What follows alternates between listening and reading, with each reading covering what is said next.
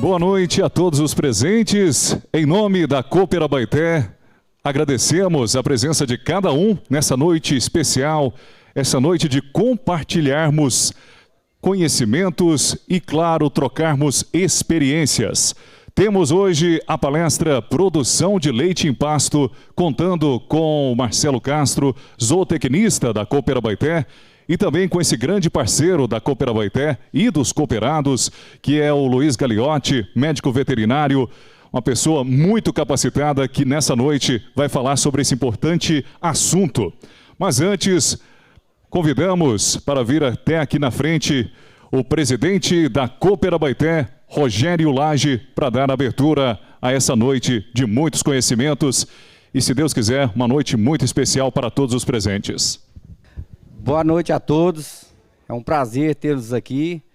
Espero que aproveite bastante o conhecimento do Dr. Marcelo e do Luiz, o nosso consultor da fábrica, duas pessoas altamente capacitadas para ministrar esse assunto, produção de leite a pasto.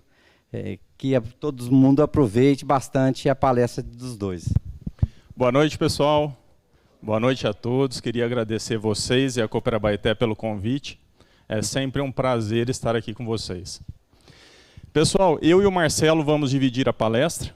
Eu faço essa primeira parte, que nada mais é do que uma introdução ao assunto. Um assunto de extrema importância para nós todos aqui presentes. Geraldo, me desculpe que eu não consigo falar parado, eu preciso andar. Senão eu não falo. Vou te dar um pouquinho de trabalho. Pessoal, por que nós escolhemos esse tema?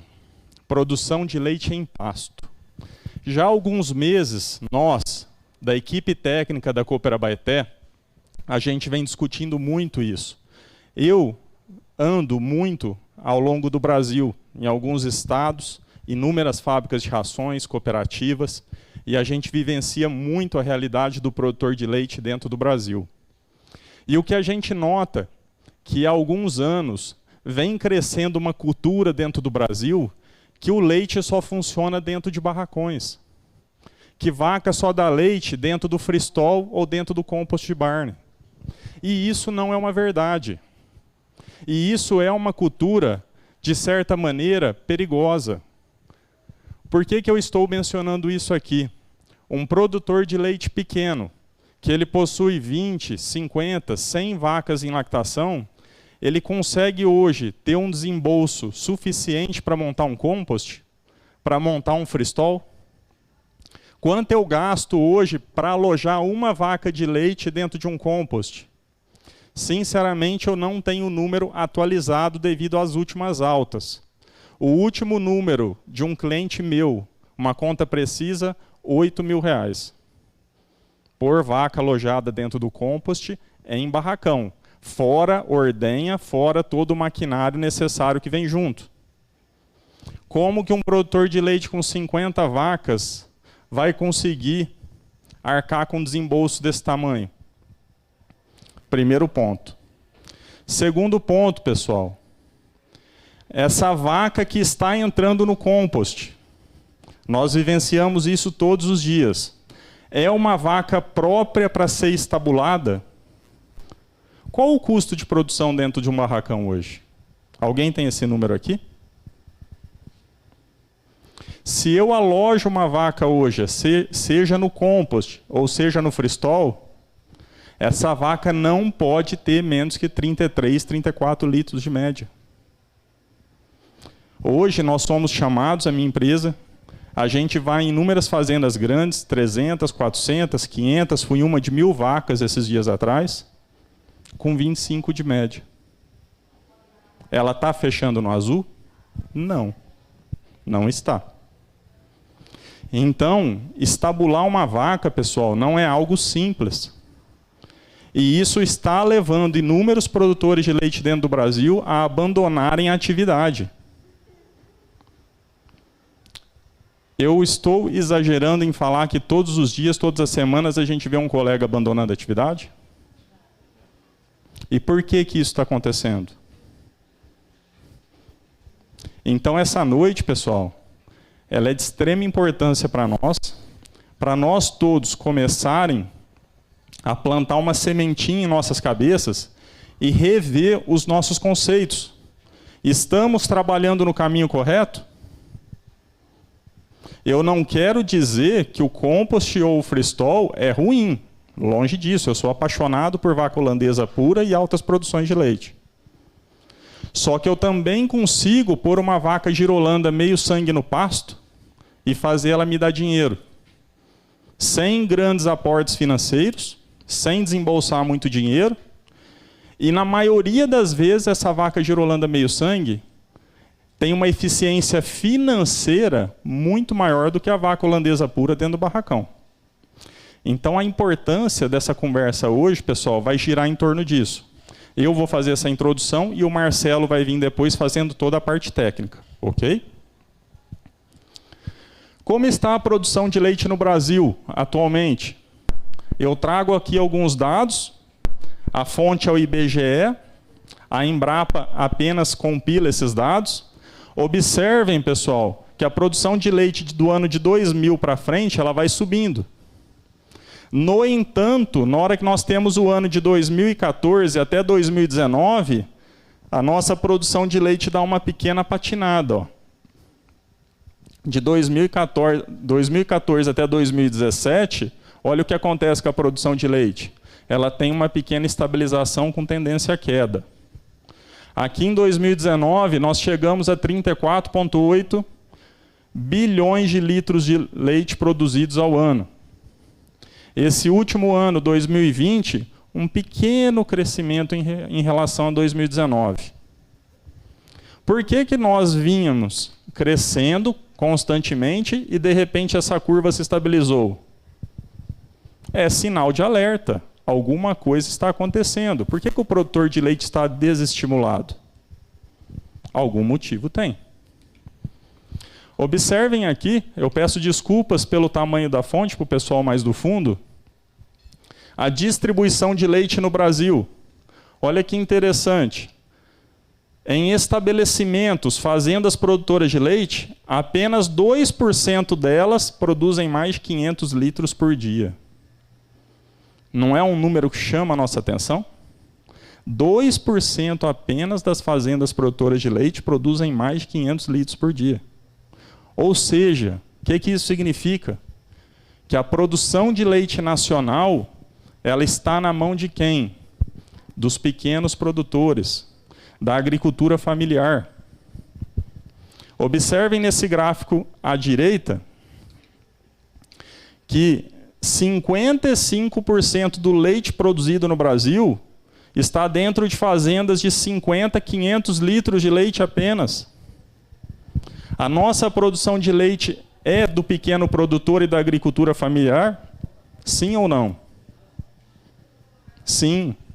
E isso é de extrema importância, porque quando nós temos abandono da atividade leiteira, essa família vai para onde? Ela vai para a cidade. Na cidade, o pai dessa família, que sustentava a família dele no campo, consegue dar uma vida digna para os seus filhos? Consegue estudar seus filhos na cidade? Um pai de família que ganha um salário mínimo hoje sustenta dignamente sua família no Brasil? E essa família que vivia no campo está indo para a cidade. Isso é êxodo rural, pessoal. E isso é de extrema importância para a nossa população e para a nossa sociedade.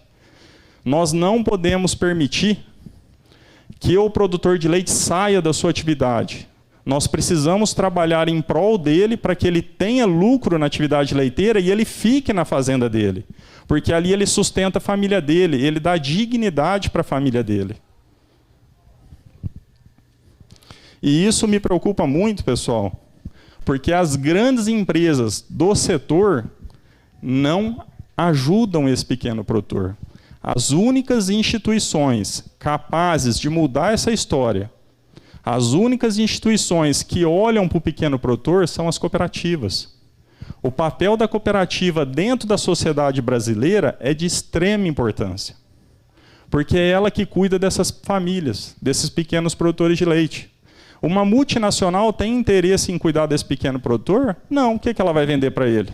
Ele não compra trator novo todo ano. como é ele que dirige o trator dele dura mais. Então, nós, técnicos, os técnicos de fábricas de rações de cooperativas, nós temos obrigação de ajudar a produção de leite nacional, principalmente com foco em pequenos e médios produtores.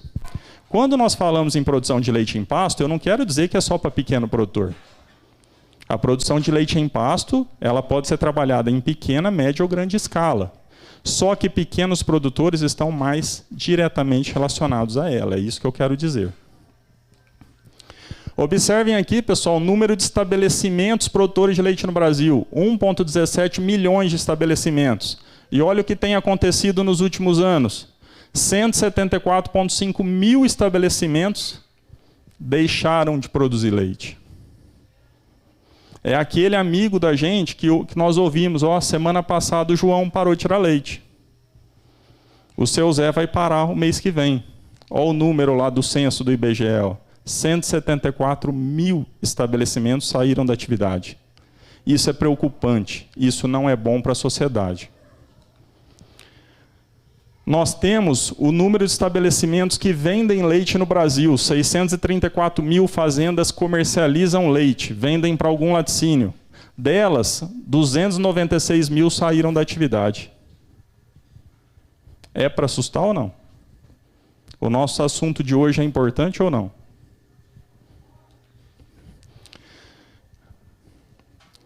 Vamos falar um pouquinho de preço do leite agora, pessoal. Aqui em vermelho, nessa curva mais acima, pessoal do fundo, não sei se conseguem visualizar bem, nós temos o preço do leite no Brasil de janeiro a agosto, que é o último dado oficial que nós temos.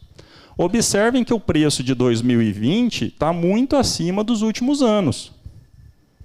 O preço do leite subiu? Subiu sim, é uma verdade. Subiu significativamente, ok? Agora o que nos preocupa um pouco, observem aqui o preço do leite em pó, comparando os meses de julho com os meses de agosto desse ano. Nós temos uma tendência, uma queda de menos 3%. Por que isso preocupa? Porque o leite em pó, ele é uma referência para os próximos meses. Quando eu olho o leite UHT, eu tenho uma referência momentânea. Será que o leite vai cair esse mês? Se o HT está com 2% acima, provavelmente o leite vai ficar estável ou pouca oscilação para cima ou para baixo. Só que quando o leite em pó começa a flutuar para baixo, eu tenho que me preocupar, porque ele é uma tendência de pequena queda ou mais acentuada queda no preço de leite. Por que eu estou falando isso? A nossa economia está passando por um bom momento? Aquelas famílias mais humildes, que ganham 1 salário, 2 salários mínimos, ele está conseguindo ir no supermercado comprar Danone, comprar queijo, comprar mussarela? Ele está tendo dificuldade. Com isso, qual que é a tendência? Os laticínios terem mais dificuldade em escoar sua produção. Então, a chance de queda de preço de leite existe. Fiquem atentos vocês produtores, se preparem para ela. Sempre que o preço do leite em pó recuar, a chance de queda existe. Tá? Pessoal, o meu discurso aqui, ele não tem o objetivo de desanimar ninguém. Muito pelo contrário. Eu quero chamar a atenção de vocês para mostrar que nós precisamos ser mais eficientes dentro das fazendas. E precisamos corrigir rapidamente e urgentemente as nossas falhas técnicas. E vocês, produtores que estão aqui presentes, precisam do corpo técnico da cooperativa para lhe ajudarem a corrigir esses erros. Nós precisamos trabalhar em conjunto, em equipe. Nós queremos que vocês, produtores, tenham sucesso. Nós queremos que vocês cresçam. Nós queremos que vocês fiquem na fazenda de vocês. Só que felizes e ganhando dinheiro. Aqui eu trago uma carta do Boletim do Leite, do mês de setembro, é o mais recente, do CPEA, que ele diz o seguinte, com custos de produção elevados, a oferta de leite segue limitada. Isso é uma realidade no Brasil hoje. Está fácil produzir leite? Não. A oferta de leite está limitada para os laticínios? Sim. Está faltando leite para laticínio.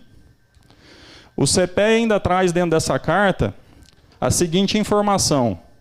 Preços do leite no campo acumulam aumento de 5% de janeiro a agosto. No entanto, ele traz mais uma informação preocupante. O custo operacional efetivo da atividade registra avanço de 14%. O preço do leite subiu? Sim, 5%. Só que o custo de produção, 14%. O que isso significa? Que você, produtor, está mais apertado. O seu lucro diminuiu. Seu custo subiu mais do que sua renda. Você precisa ser mais eficiente? Sim. Senão você sai fora. E eu não quero que você saia fora. Qual sistema de produção é mais eficiente, pessoal? Nós viemos falar aqui sobre produção de leite em pasto. Ele é mais eficiente que os outros? Não. Não existe isso. Todo sistema de produção pode ser eficiente, desde que seja trabalhado adequadamente. O que nós técnicos e você produtor precisam fazer? Fazer o casamento perfeito. Dentro da sua realidade, dentro da sua fazenda, do seu rebanho, qual o melhor sistema de produção? É aí que acontecem a maior parte dos erros. Às vezes aquele produtor que tem aptidão para produzir leite em pasto, ele vai estabular a vaca dele. Não dá certo. Não vai ganhar dinheiro. E às vezes aquele produtor que precisa estabular a vaca dele, ele vai tirar leite em pasto. Também não dá certo. Não existe o sistema perfeito, eu preciso adequá-lo. Eu posso trabalhar num compost, num freestall? Fazenda Colorado, maior produtora de leite do Brasil hoje. Talvez tenha sido a grande escola da minha vida. 42 de média hoje. 100 mil litros dia. Olha o perfil do gado. Gado holandês puro. Dentro de a gente brinca lá, é um shopping center, com ar-condicionado, tudo bonitinho, lá dentro é frio. Talvez a gente estaria uma hora dessa lá de blusa. Ele adequou o gado dele com a realidade dele. E um desembolso de 40 milhões de reais na construção do barracão.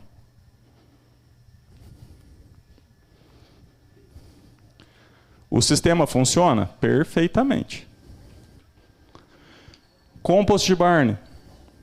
Fazenda de um cliente em Tiros, aqui perto de vocês. Vaca holandesa dentro do barracão. Desembolso do barracão, R$8 mil por vaca. Produção hoje, 32 de média. Ruim para quem está dentro do barracão. Não sobra dinheiro, não pensem que é bom.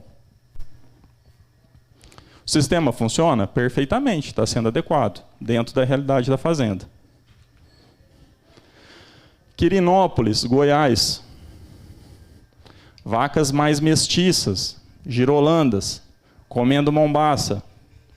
Mombaça com 18 a 20% de proteína. Ração, milho, mineral e bicarbonato. Produção média, 17 e 18 litros. Funciona?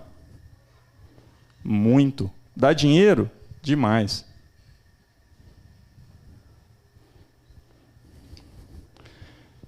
Eu queria deixar isso bem claro. Não existe o sistema perfeito. Você tem que adequá-lo. Hoje, nós viemos aqui falar sobre pasto. Nosso foco é esse. O Marcelo vai entrar em todos os detalhes técnicos daqui a pouco. Uma conta rápida, pessoal, só para... Eu preciso deixar essa semente plantada na cabeça de vocês. Qual o valor de 1 hectare de uma pastagem adubada hoje? Número atualizado, eu fiz essa conta domingo.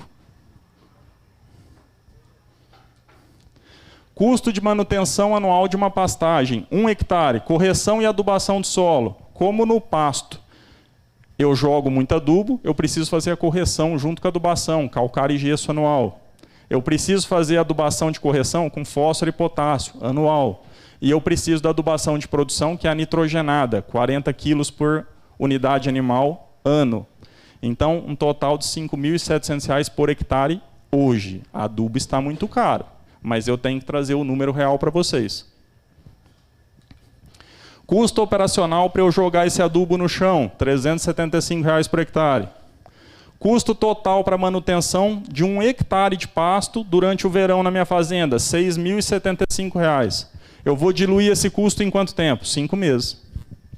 Por quê? Porque sem irrigação, nós aqui no centro-oeste brasileiro, nós temos 150 dias de pasto. Novembro, dezembro, janeiro, fevereiro e março. Sem irrigação é isso. Então vamos trabalhar com o número real. Ok? Então, vejam bem, eu não estou falando de qualquer pasto. Isso aqui é uma lavoura de capim, concordam?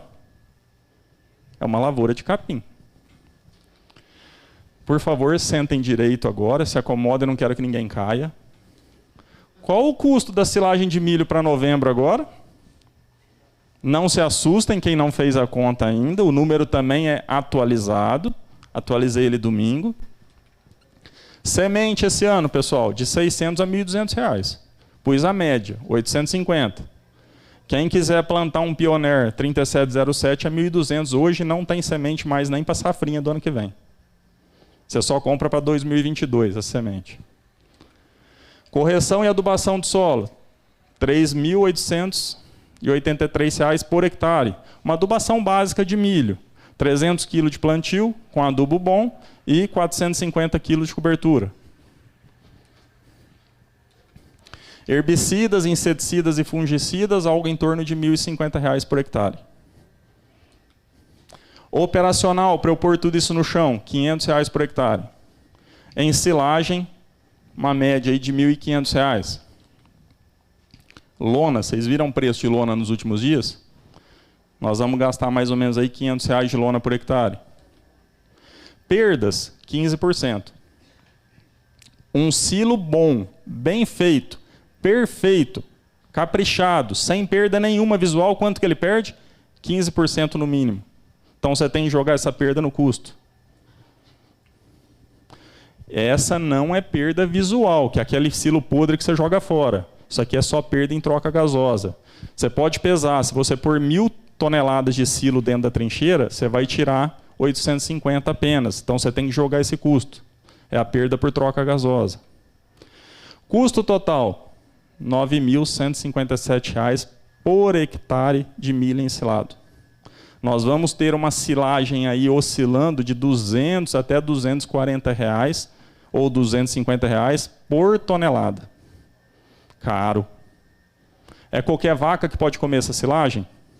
Não é mais, não. De 40 a 50 por 50 toneladas de matéria verde por hectare. Aqui eu faço, pessoal, apenas eu criei uma simulação hipotética para a gente poder pensar um pouco nesses números com a vaca consumindo pasto e silo e produzindo leite. Eu considerei um rebanho girolando, de meio sangue a 5/8, que é o gado específico para se pastejar. Não adianta eu pegar uma vaca 3/4 que não aguenta sol na primeira cria. Não adianta eu pegar uma vaca mais pura, próxima ao holandês, que ela não vai pastejar. Você pode fazer o melhor pasto do mundo que ela não vai comer, porque ela não aguenta o sol, ela não aguenta caminhar. Então, se eu quero produzir leite em pasto, eu tenho que ter vaca para comer pasto. E vaca que come pasto é vaca mestiça. Vaca girolanda, meio sangue, 5/8 no máximo, na minha concepção. Aí vem outras genéticas que o Marcelo vai falar, não vou entrar em detalhe. Considerei uma fazenda pequena, 28 vacas em lactação apenas, 9 vacas secas e 24 animais em recria para corte. Um pequeno produtor, hoje, tem que tomar muito cuidado para ele criar animais de reposição. Qual o custo para ele recriar uma novilha e pôr ela na sala de ordenha novamente? Alguém tem esse custo? Eu tenho ele atualizado, de um cliente meu. R$ 11.000 para recriar uma novilha bem recriada e fazer ela parir aos 24 meses. R$ 11.000. Então toma cuidado. Um pequeno produtor vai fazer essa recria? Então por que que na minha simulação eu coloquei vendeu? Ele põe um boi, esse pequeno produtor, ou ele põe um boi Nelore na vacada dele, ou ele põe um sêmen de Angus e vende um bezerro a R$ 12,50 o quilo do bezerro, que é o que está sendo comercializado hoje. Então, assim, é fazer conta. Ele pode recriar? Pode, só que o custo dele vai ser alto. Recriar para reposição. Áreas disponíveis para esse trabalho: 5,15 hectares de pastagem adubada, intensificada, 9,6 hectares para silagem de milho, 11,5 hectares de pastagem para recria para o gado solteiro, só que é uma pastagem não adubada, total 31,5 hectares com a reserva embutida, com 20% de reserva. Ok? Custos mensais. Considerando aqui o verão, eu fiz uma simulação de 150 dias para comparar a vaca comendo cilo e comendo pasto. Então, custos mensais no verão. A adubação da pastagem vai me custar quanto por mês? R$ 5.869. É caro, não é barato não. Ração lactação, R$ 11.138. Lembrando, o Marcelo vai falar sobre isso, a vaca que está no pasto adubado, ela come uma ração com pouca proteína, que é muito mais barata do que uma ração de uma vaca que come silagem. Tá? Não vou entrar no mérito, o Marcelo vai falar. Custo com ordenha, medicamento, higienização de ordenha, mais energia. Custo de medicamento com os animais. Custo com as vacas secas sendo suplementadas. Custo da recria. Isso me gera um custo operacional efetivo total por mês de R$ 24.935. Então, esse produtor de 28 vacas, com 18 litros de média, ele vai ter um custo de praticamente R$ 25 mil por mês. Ok? Qual que é a receita dele? 28 vacas produzindo 18 litros de média. O leite eu considerei 2,16 porque é a média do preço de leite no Brasil de janeiro a agosto. Então ele tem uma receita de R$ 32.659 com o leite. Ele vai ter uma venda anual de 24 animais aos 8 meses para corte. Ele vai vender o bezerro e a bezerra que ele pôs o boi Nelore ou inseminou com Angus. Ele vai vender esses 24 animais. Eu dividi essa receita por 12 meses. Então ele vai ter 5 mil de receita por mês. Receita bruta total dele, R$ 37 mil. Receita líquida mensal. É o custo operacional dele, de 24.900, mais o custo de reposição. O que é esse custo de reposição? Como ele não recriou o gado dele para repor as vacas de leite, ele tem que ir lá no mercado comprar. Então ele descarta as vacas dele meio sangue, ele vende elas para o açougue, pega o dinheirinho, intera um pouco e compra a vaca de leite dele, que ele precisa comprar 5 vacas todos os anos. Isso tem um custo mensal, praticamente R$ 3 mil por mês. Receita bruta, R$ 37.600. Então, quando eu somo o custo operacional para ele produzir, mais o custo de reposição, e subtraio da receita bruta, quanto que sobra para esse produtor? R$ 9.800 por mês. Tem mais alguma despesinha que não entrou aqui? Tem, obviamente tem. Tem uma manutenção de um trator, uma manutenção da ordenha. Vocês são produtores, vocês concordam comigo que todo mês aparece alguma coisinha a mais que não estava no papel? Isso é normal. Então tem alguma coisa a mais aqui? Tem. Talvez de 9.800 vai cair para 8.000. Só que ele consegue sobreviver. Ele sustenta a esposa dele e os 2 filhinhos dele com dignidade. Esse cara vive feliz. Ele toma a pinguinha dele todo dia à noite, conversa com a patroa, ele é um cara feliz. Vamos fazer a mesma comparação para essa vaca comendo silo? Eu considerei que essa vaca vai ficar 5 meses comendo silagem. Qual o custo por mês da silagem dele? Eu peguei aquele custo de produção da ensilagem e fiz o rateio por mês dele para essas 28 vacas, mais as vacas secas e a recria comendo silo. R$ 15.125 por mês. Ração lactação, R$ 15.254. Olha que interessante, pessoal. Por favor, gravem esse número. R$ 15.250 a ração lactação para silagem. Vocês lembram quanto que era a ração lactação para o pasto? Deixa eu voltar lá. R$ 11.138. Então, só aqui ele está economizando R$ 4.000 por mês em dar uma ração com menos proteína específica para pasto adubado. Já é uma economia significativa. Ordenha, R$ 750 por mês. Medicamentos, R$ 500. Vacas secas, R$ 1.200. Recria, R$ 3.400. Custo operacional efetivo desse produtor, R$ 36 mil por mês. Para ele tirar leite, ele gasta R$ 36 mil. Receita bruta, são as mesmas 28 vacas e eu ainda considerei que elas estão dando 22 litros de leite hoje ao invés de 18, que estava antes. Então 28 vacas vezes 22, porque ela está comendo uma silagem boa, a silagem ajuda um pouco mais. A R$ 2,16 o preço do leite, ele tem uma receita aí de praticamente R$40 mil por mês. Venda de 24 animais de recria, R$ 5 mil por mês. Receita bruta total desse produtor, praticamente R$45 mil por mês. Como que fica a receita líquida desse produtor? Ele tem o custo operacional de 36 mil, o custo de reposição que ele tem que comprar a vaca todo ano para repor as dele de leite, praticamente 3 mil. E a receita bruta, menos o operacional, gera uma receita líquida de R$ 5.724. Quando nós comparamos os dois sistemas, uma comparação feita com os mesmos números, mesmos custos, nós temos uma receita no sistema em pasto de R$ 9.800 e para o sistema com gado estabulado R$ 5.700. Ou seja, nessa comparação, o sistema de pasto é mais interessante financeiramente. Quais os cuidados que eu tenho que ter aqui nessa comparação? Eu estou comparando uma vaca estabulada produzindo 22 litros de leite.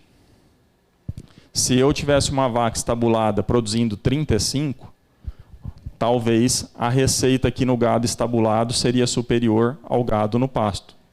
O grande problema é que as pessoas estão estabulando animais que não estão preparados para grandes produções. Você não tem genética para isso. Ou quando faz o barracão, economiza no ventilador, não dá conforto para essa vaca. E vaca holandesa não aguenta calor, gente.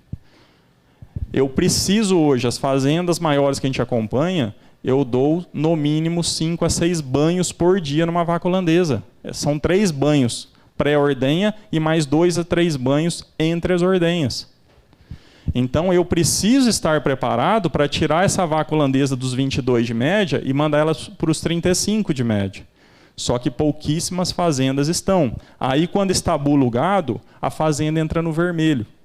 Ok? Por isso que eu considerei os 22 litros de média. Não se assustem. Hoje é normal a gente encontrar rebanhos de 300, 400, 500 vacas em lactação dentro de composto com 25 de média. É o que eu mais tenho encontrado. Então, pensando numa realidade simples, simplista, numa realidade que está ao alcance de pequenos, médios e grandes produtores, a produção de leite em pasto, ela gera sustentabilidade da família. Ok? Pessoal, eu paro por aqui, passo para o Marcelo agora.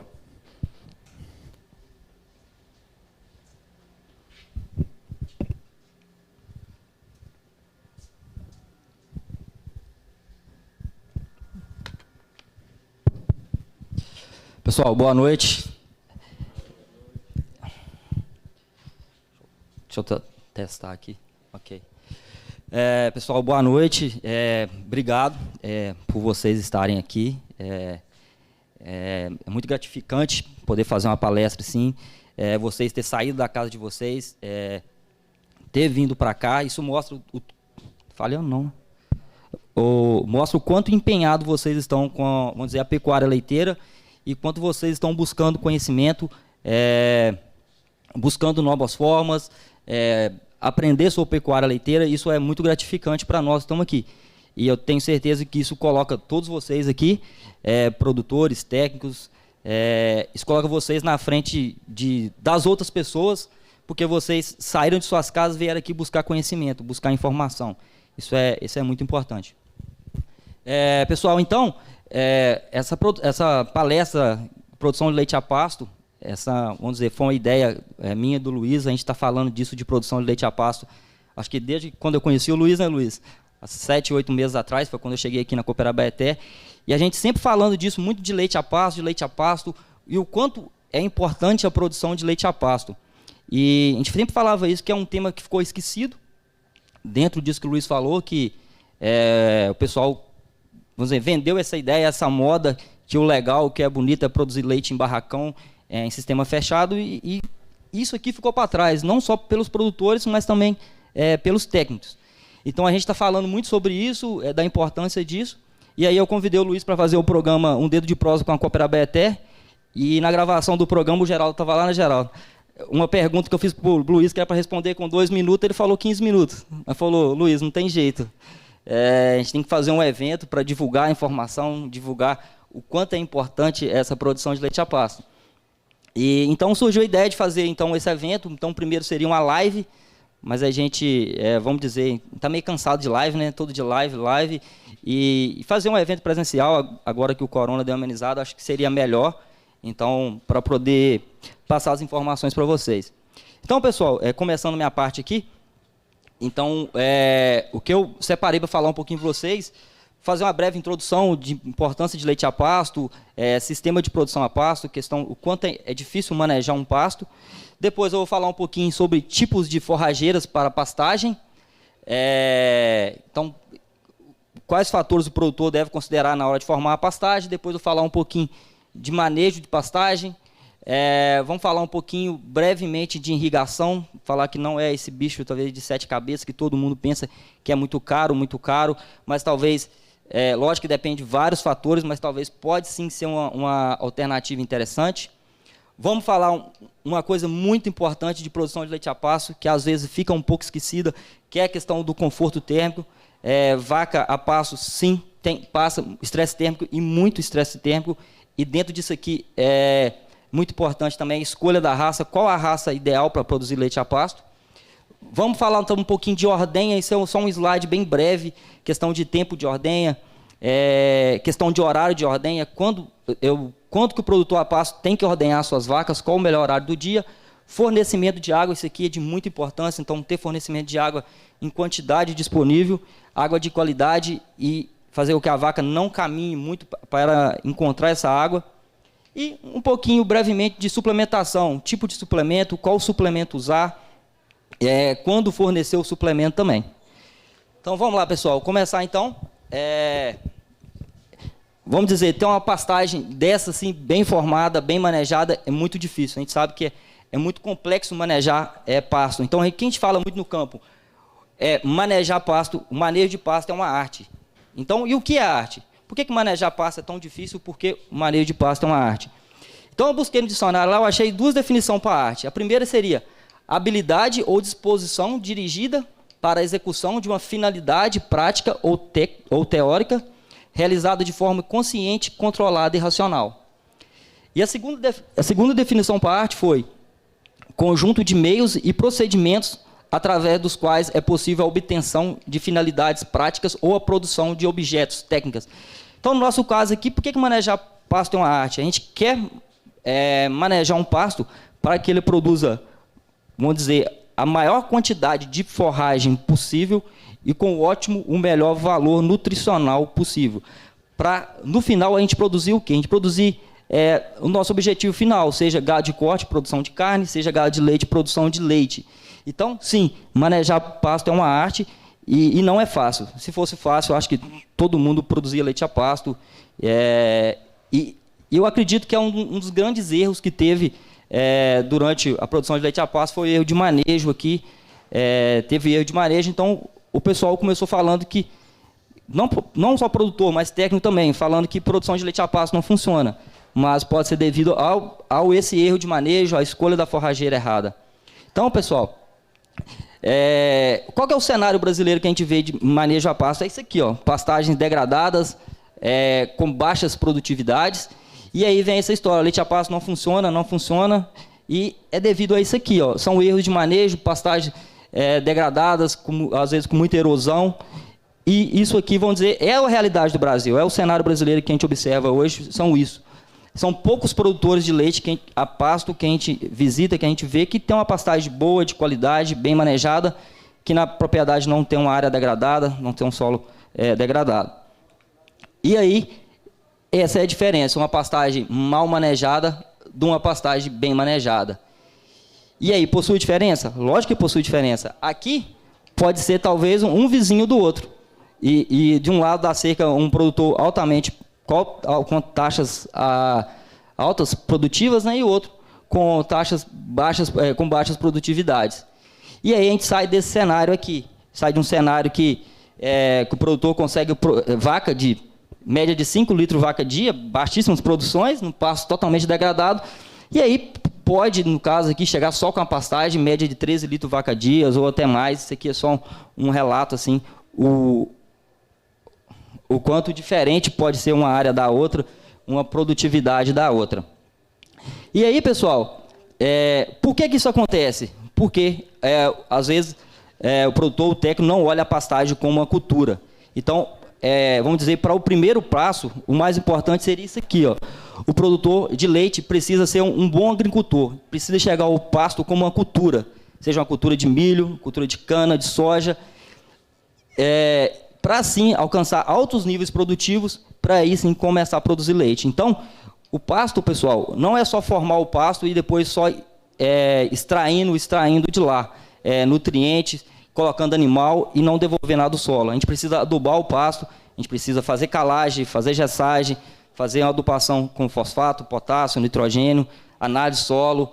Então, isso é importante. Então, o produtor de leite precisa sim ser um agricultor. E aí vamos pensar na formação da pastagem, né? Qual seria a melhor forrageira, então, para o produtor plantar? Qual vocês acham que seria a melhor forrageira plantar? Tem muito disso. Vou formar um pasto, vou plantar, sei lá, mombaça. Meu vizinho planta mombaça, é o melhor. É o melhor? Não, depende. Vou plantar qual capim? O capim da moda? O capim milagroso? Qual o capim da moda agora? Qual que é o capim da moda? Mavuno? Rodrigão.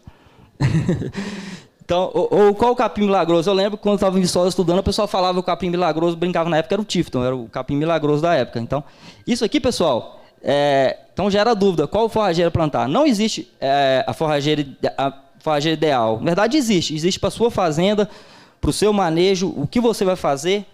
É gado de corte, é gado de leite, é pastejo, é contínuo, é rotacionado, fertilidade do solo, você vai adubar, não vai, área muito alto declive, não é declive, tem geada, tem inundação, então são inúmeros fatores que eu tenho que pensar e considerar na hora da escolha de forrageira. Não existe um capim milagroso, não é porque meu vizinho plantou mombaça ou plantou tifto ou braquiária que eu tenho que seguir o mesmo caminho dele. Eu tenho que ver dentro da minha propriedade qual que eu vou decidir plantar. E aí, pessoal, aqui vem, no momento da escolha da forrageira, a gente precisa pensar também em questão de produtividade. Então, se eu olhar a produtividade aqui, a gente observa que as maiores produtividades são dos cultivares de pânico, capim-elefante. Então, se eu for olhar só a produtividade, eu vou escolher um dessas variáveis. Como eu falei, não é. Depende de outros fatores. Depende, por exemplo, o objetivo da exploração. É o maior desempenho animal ou o maior desempenho da planta? O que quer dizer isso? Eu vou escolher uma forragem que me proporciona o maior desempenho animal por área, ou seja, uma forragem de maior valor nutritivo, ou eu vou escolher uma forragem que produz muito por área. Ou seja, o meu problema da minha fazenda é a qualidade da forragem ou é a quantidade? O que eu preciso? Qualidade ou quantidade? Lógico que aqui tem uma correlação, a planta que produz muito, ela leva a maior... Vamos dizer, maior disponibilidade de forragem, então ela pode produzir mais por área. Mas talvez não é essa a questão aqui. Eu vou plantar, por exemplo, um tifton ou plantar um capim-elefante para produzir mais. Adaptação às condições do solo e clima, como eu já falei, então depende do solo, fertilidade, do clima, se a região, a altitude, isso depende também. Depende da tolerância à praga, a doenças, o método de propagação, que lógico, tem relação com custo. Eu vou plantar uma braquiária, que é semente, eu vou plantar um tifto, que é por mudas. O tifto é muito mais caro. Questão da produção de semente, ressemeadura natural, e a questão de capacidade de cobertura do solo e velocidade de estabelecimento. Por exemplo, eu não vou plantar um mombaça, por exemplo, no morro, uma área muito declive. Por exemplo, na minha região lá, é só morro. Então, se eu plantar um mombaça lá, eu vou dar um tiro no pé. Não vai funcionar. Então, isso são coisas a se pensar na hora. E aí, para eu tomar essa decisão, qual forrageira escolher, eu tenho, vamos dizer, tem na literatura informações que me levam na escolha dessa forrageira que eu vou plantar. Eu vou passar rapidamente aqui, não vou entrar em detalhe, mas seria basicamente isso aqui. Ó. São as forrageiras aqui que são, por exemplo, relacionadas a condições climáticas. Quais são tolerantes à seca, quais são tolerantes à geada, à inundação, exigência de, por exemplo, de chuva, precipitação. Então, na literatura tem essas informações que me auxiliam na tomada de decisão. Por exemplo, a declividade do solo. Olha aqui, solos altamente ondulados. Geralmente, o mais recomendado é braquiária, para solos suavemente ondulados, os cultivares de pânico, Mombaça, Tanzânia. Para a fertilidade do solo também, a mesma coisa. Não adianta eu plantar, por exemplo, um Mombaça, o pessoal gosta muito, fala muito bem dele, num solo pobre que eu não vou adubar, não vou fazer um bom manejo, não adianta. Outra coisa, quando eu penso aqui, vou escolher minha forrageira pelo teor de proteína bruta. Para mim, a melhor forrageira é a forrageira que tem o maior teor de proteína bruta. Não. Hoje a gente sabe que o teor de proteína bruta da forrageira, do final dela, é muito mais correlacionado com o nível de adubação, ou seja, se eu adubo muito ou pouco essa forrageira, do que da própria espécie forrageira. Além, aqui, lógico, do manejo. Então, o meu valor nutricional do pasto tem correlação com a dose de nitrogênio e não com a espécie da planta. Por exemplo, vou plantar tífito porque meu vizinho plantou o tífito e falou que ele tem 20% de proteína bruta. Ele pode ter? Sim, ele pode ter. Mas ele pode ter 9 também, se eu não adubar nada. Ou, por exemplo, se eu errar o manejo dele. Se eu entrar nele passado, por exemplo. Então, tem essa correlação. Outra coisa eu tenho que pensar na hora de escolha da forrageira, qual forrageira plantar. Existe uma correlação entre essas variáveis aqui e a altura da planta. Vamos comparar aqui, então. Vamos voltar ao Mombaça e a braquiária. Vamos pensar nos dois, que é mais fácil. Se eu, por exemplo, um Mombaça ele é muito mais alto, por exemplo, que uma braquiária. Então, ele tem uma exigência de manejo muito maior que uma braquiária. Então, é muito mais fácil manejar uma braquiária do que um Mombaça. A braquiária aceita muito mais o erro do que o Mombaça. O Mombaça não aceita erro. Se ele passar do ponto de entrada, por exemplo, você vai ter que roçar ele, não adianta. Ele vira tipo, um estalo mesmo, igual o bambu, e chega até a machucar o ubro de vaca. É muito mais propenso a erro de manejo, uma planta mais alta igual a Mombaça do que a braquiária.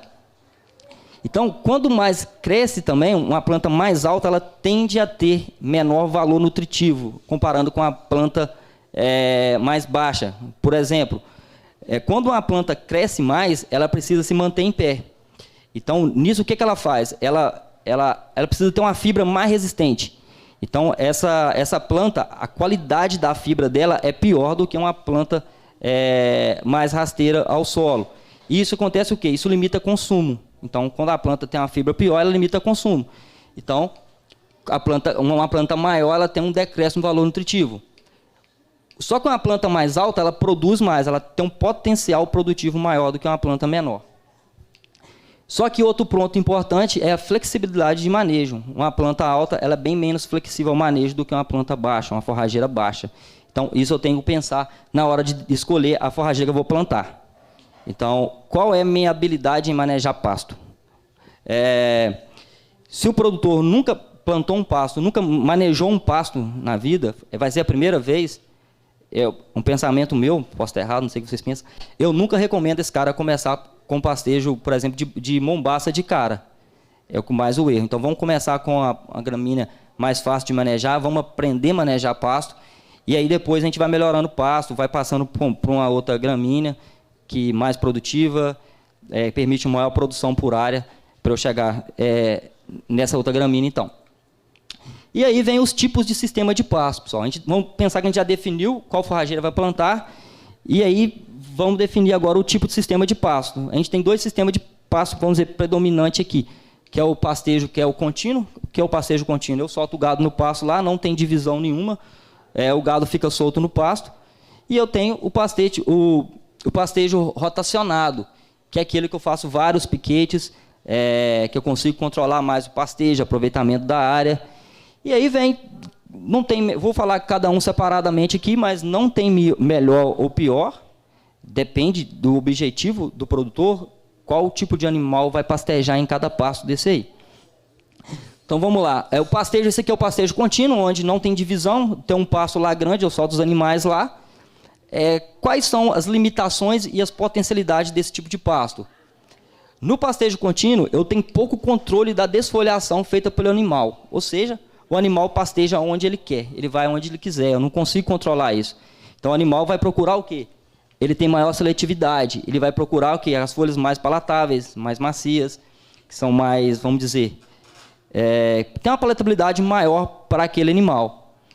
É um pastejo bem desuniforme. Vocês podem observar que quando o pastejo assim, algumas áreas ficam passadas, o pasto passa muito, e em algumas áreas o pasto fica baixinho mesmo, que o gado, seja lá perto do bebedouro, seja perto do curtiçal, então ele prefere pastejar nesses locais.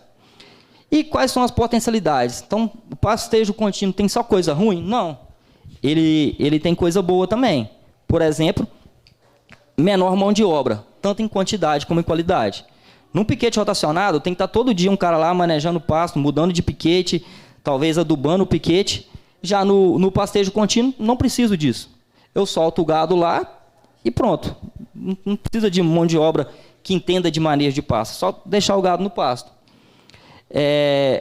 Qual a vantagem? Eu consigo aproveitar algumas áreas isoladas, extensas da fazenda, algumas áreas que não consigo fazer piquete. Então, é possível, sim, usar esse pastejo rotacionado, tem coisas boas, pode retornar, assim, bom nível de produtividade, dependendo do solo. Talvez o cara tem um pasto parado lá, ele compra um gado, ele solta lá, enfim. Então, tem o seu valor.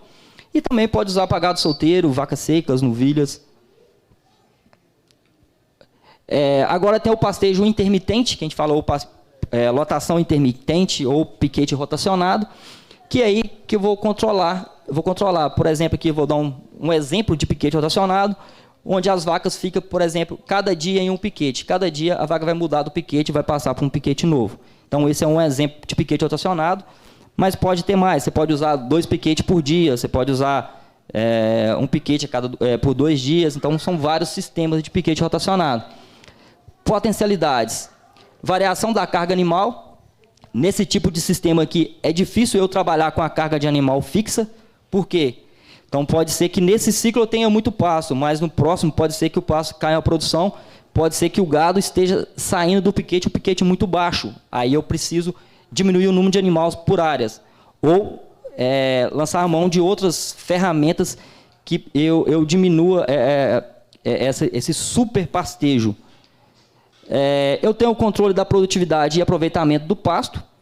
O pasto vai durar mais tempo, porque é um pasto que eu vou ter um melhor manejo, vou adubar ele melhor. E me possibilita usar gramíneas mais produtivas. Por exemplo, aqui, vamos falar o Mombaça, por exemplo. O tifo também produz muito, para braquiária, então eu tenho essa possibilidade. Só que qual que seria a dificuldade de usar o piquete rotacionado?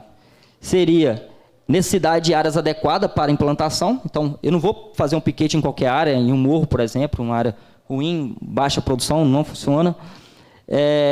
Preciso sim de assistência técnica, então assistência técnica de qualidade, o seu técnico precisa entender de manejo de pastagem, precisa entender de fazer piquete, de fazer projeto, definir o tamanho do piquete.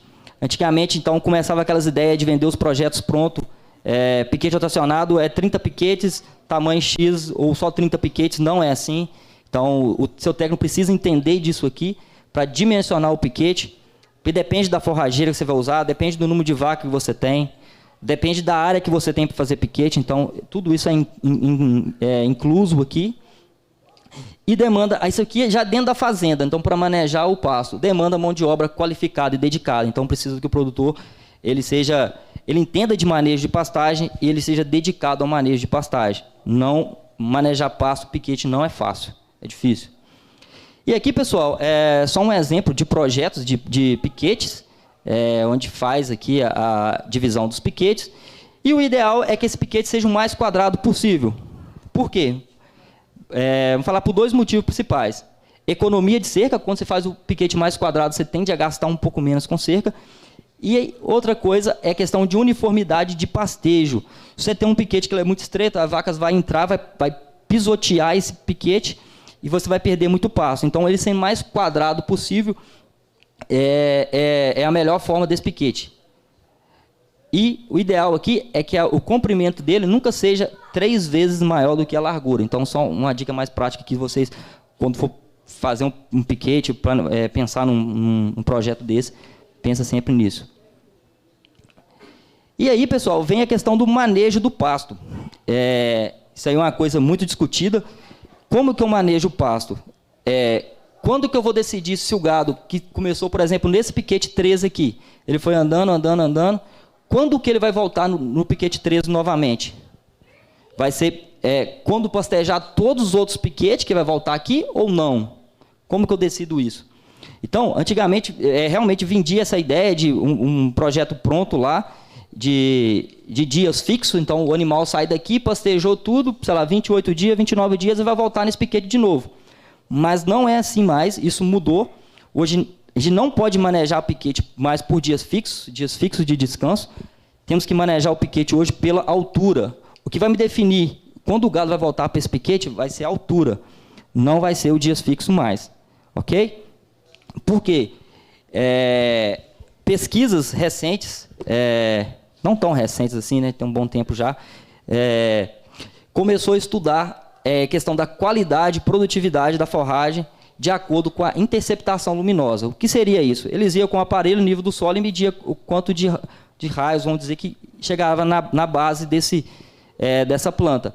E observaram o seguinte, com 95% de interceptação de luz, a gente tinha máximo acúmulo de acumulação líquida nos tecidos, máxima respiração bruta, e aí que quando começava a senescência das folhas. A partir desse momento, cada folha que a planta solta nova, ela solta uma folha, vamos dizer, uma folha embaixo vai morrendo. Então chegou nesse valor, que seria o valor máximo valor nutritivo da planta. Então, a partir daí, fizeram correlações de várias gramíneas, com essa correlação e com a altura da planta. Então, por isso, hoje em dia, que não é dia fixo mais, é a altura da planta. Voltando aqui, se o produtor está manejando o gado, sei lá, 15 dias depois que chegou nesse piquete aqui, está nesse piquete aqui, por exemplo, todos esses aqui estão sem pastejar, ele tem que voltar com o gado para esse piquete e não pastejar os outros. Os outros, roça, faz silagem, põe outra categoria animal para rebaixar eles, mas volta aqui. Porque se for passar o gado em todos esses piquetes aqui primeiro, para depois voltar aqui, quando chegar aqui, esse piquete vai estar passado. Vai ter baixo valor nutritivo dele. Vai ter uma forragem pior, uma fibra muito pior, baixo teor de energia, proteína.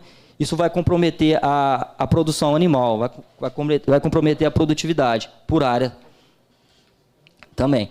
Isso aqui é alguns estudos, pessoal, só relacionando, por exemplo, a altura de pré-pastejo e pós-pastejo. Qual seria a recomendação de altura de entrada e de saída em cada piquete, em vários tipos. Aqui é um estudo de 2006, ele está até recomendando 90 centímetros aqui no Mombaça. Hoje eu prefiro trabalhar com uma altura menor que essa, 70, 80, não passar disso.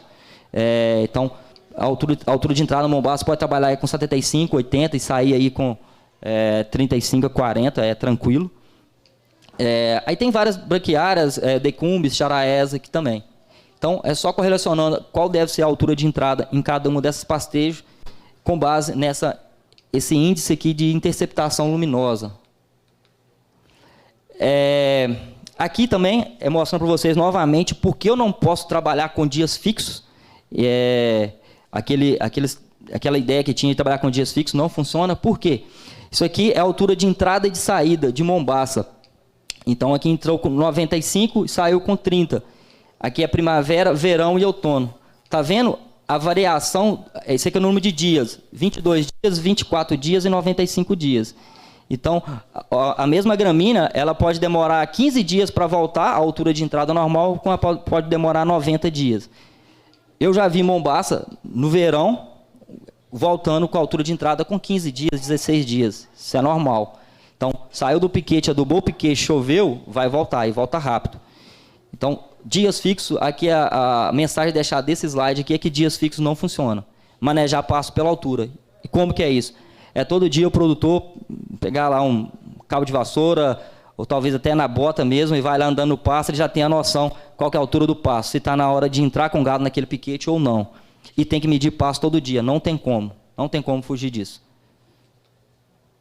Aqui também é só mostrando a altura de entrada e de saída, e uma correlação que eles fizeram aqui, período de descanso na época das águas. Então, o braquiarão marandu aqui, ele volta de 28 a 35, o braquiária 28 a 35, coxicroz 21 a 28, Mombaça 28 a 35, tanzana, isso aqui. Então, são valores médios, mas o ideal, você tem que observar, o legal é isso aqui, ó, altura de entrada. Então, manejo de passo é pela altura de entrada e saída. Então, aqui, só novamente voltando aquele esqueminha, começou no piquete 1, 2, 3, 4, chegou no piquete 7, em vez de ir para o 8, se o 1 está na altura de entrada, volta para o piquete 1 de novo, não vai para o piquete 8. Então, o manejo aqui deve ser feito sempre pela altura do pasto. Aí, pessoal, então vamos mudar um pouquinho agora.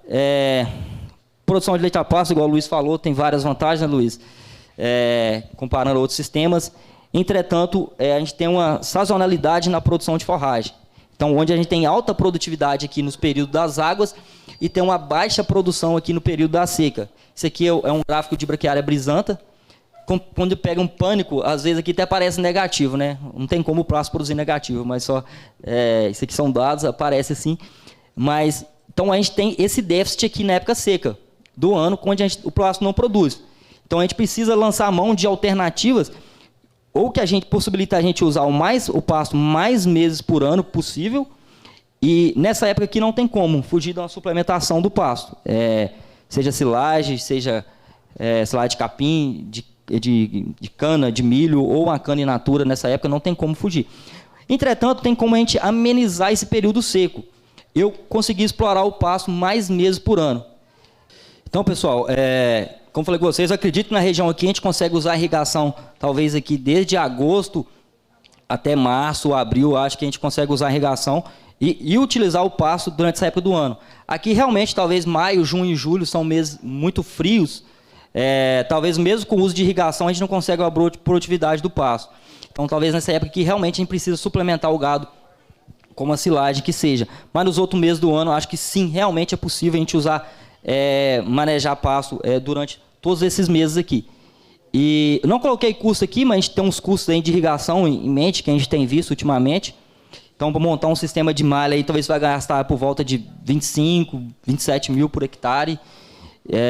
Um pivô, talvez um pouco menos que isso. Então, lógico que depende da disponibilidade de água, de energia na região, tem vários problemas. Então, mas acredito sim que seja muito interessante, devido até aos números que o Luiz mostrou, né? Custo de silagem, custo de pasto, usando irrigação, aquele custo de pasto ia ficar um pouquinho maior, mas com certeza fica muito viável ainda. Então, manejo de pastagem com irrigação, lógico que depende de radiação e temperatura anual. Aqui nós temos na região aqui de Sobra, né? Muito quente, então o calor não é problema para nós aqui. Disponibilidade de água, dependendo da região, sim, é um problema. Acompanhamento técnico, isso aqui realmente precisa de acompanhamento técnico, não tem como produzir leite a pasto com irrigação sem acompanhamento técnico. Vantagem, menor suscetibilidade a veranicos. Então, esses veranicos a gente tem problema praticamente todo ano. Esse ano está falando que vai ter de novo. Quem tem um pastejo irrigado não vai ter esse problema. Possibilita o uso do pasto por mais meses durante o ano. E permite a gente trabalhar com maiores níveis de adubação, maiores níveis de produtividade, mais vacas por hectare, maior produção de litros de leite por hectare ano. Isso aqui, pessoal, é só uns dados de produção de matéria seca com o uso de irrigação. Aqui na primavera produziu 9,8 toneladas, verão 10,1, isso é tífito. Se eu não me engano, esse aqui é no Mato Grosso, 13,2, 6,1. Isso aqui foi a porcentagem de aumento comparando com um pastejo que era sem irrigação. Então, olha quanto por cento você aumenta aqui. 25, 26, 33, 15% então, de aumento. Então, sim, é vantajoso, pessoal. Vale muito a pena. Aqui, comparando pastejo irrigado e não irrigado, isso aqui é toneladas por hectare, toneladas por estação. Todo lugar que tem a letrinha A e B aqui quer dizer que foi diferente. Então, isso aqui acho que está ao contrário. O irrigado produziu mais em todos eles, 5 mil, 6 mil. Só que no inverno que não deu diferença nesse estudo. Eu lembro que estava nesse estudo. No inverno não deu diferença em produção. Foi devido àquilo que eu falei. Falta luz, falta temperatura. Isso aqui já é na região de Uberaba. Isso é produção de tífton. Então, sim, vale a pena. Nas estações, então, primavera, verão e outono, produz muito mais no pastejo irrigado do que não irrigado. E aqui, pessoal, mostrando a taxa de lotação, sem adubação, com adubação e adubação mais irrigação, o quanto que você aumenta muito aqui a taxa de lotação. Isso aqui é a produção de leite quilograma hectare ano. Então, no pastejo sem ser irrigado e sem adubação, você sai de 1.000 a 2.500. Você, vamos dizer, no nível tecnológico máximo, com irrigação, com pastejo, você pode produzir até 22 mil quilos de leite por hectare ano, usando irrigação. Então, pessoal, isso aqui que eu falei aquela hora, que eu acredito na região nossa aqui, quem pode produzir leite a pasto com uso de irrigação de agosto até abril. Depois, pessoal, vocês podem fazer perguntas se alguém discordar disso, se alguém concordar. Se alguém tiver esses números aqui de produção de leite a pasto na região, que já acompanha algum sistema, então pode até comentar comigo, a gente discutir isso aqui, eu acho que é muito legal. E aí vem a questão da suplementação com silagem. Tanto na época seca do ano, que não tem como eu fugir disso, mas aqui eu estou pensando, aqui eu pensei em colocar isso mais, pensando em produzir leite a pasto, aquilo que a gente falou lá atrás, com a carga, em vez de trabalhar com a carga animal variada por hectare, ou seja, estou tendo superpastejo, eu diminuir o número de animal, estou tendo subpastejo, aumentar o número de animal, isso aqui eu pensei no famoso lanchinho. Muita gente fala, meu gado está a pasto, mas aí eu dou um lanchinho para o gado, entende isso? E eu queria ouvir vocês acham que fornecer esse lanche para o gado funciona ou não funciona num gado a pasto? Qual que é a opinião sua em relação a isso? Que alguém quiser falar? Comentar, Rogério? Não. Então, pessoal, isso aqui é muito discutido. Muita gente fala, se eu forneço o lanche para o meu gado, o famoso lanchinho, o gado não pasteja, não funciona. Então, o gado a pasto tem que ficar só a pasto. Também isso é muito controverso, eu vou falar aqui a minha opinião, o que eu penso.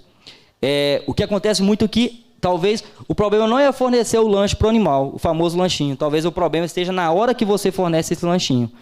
Eu vou mostrar para frente aqui quais períodos do dia a vaca mais pasteja, onde a vaca tem que estar no pasto. E acontece o seguinte, que às vezes o produtor fornece esse lanche aqui de manhã, depois da ordenha da manhã. Aí a vaca não vai pastejar, a vaca tem a barriga cheia, para que ela vai querer andar e procurar pasto com a barriga cheia?